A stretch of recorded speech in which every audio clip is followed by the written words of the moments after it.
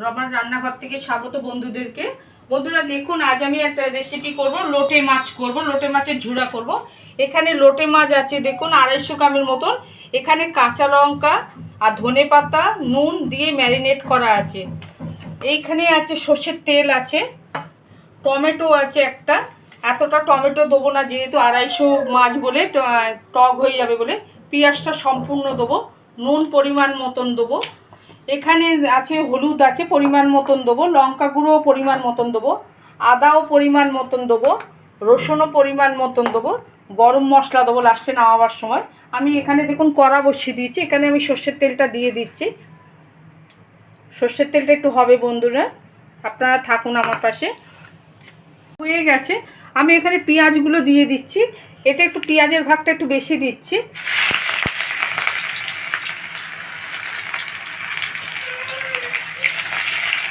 আচ্ছা, যেহেতু মাছে নুন মাখানো আছে বলে আমি এখানে নুনটা অল্প করে দিচ্ছি, একটু পেঁয়াজটা একটু নুন দিয়ে মজবে বলে।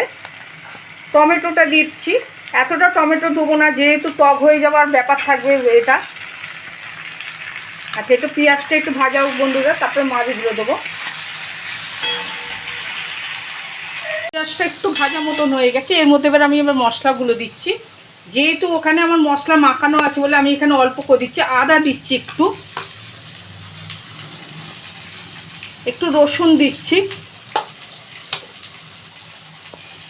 হলুদ দিচ্ছি পরিমাণ মতন, লঙ্কা গুঁড়ো দিচ্ছি পরিমাণ মতন।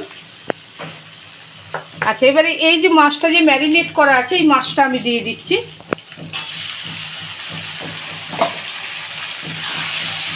রেসিপিটা যদি ভালো লাগে বন্ধুরা, বেশি বেশি করে শেয়ার করবেন, লাইক দেবেন, লাইক দিয়ে কমেন্ট করবেন, চ্যানেলটাকে সাবস্ক্রাইব করবেন। আপনারা আমার পাশে থাকার জন্য অসংখ্য অসংখ্য ধন্যবাদ আপনাদেরকে বন্ধুরা। আপনারা এইভাবে যেন আমার পাশে থাকেন। পুরনো বন্ধুদের পাশে থাকার জন্য ধন্যবাদ, নতুন বন্ধুদেরকে স্বাগত।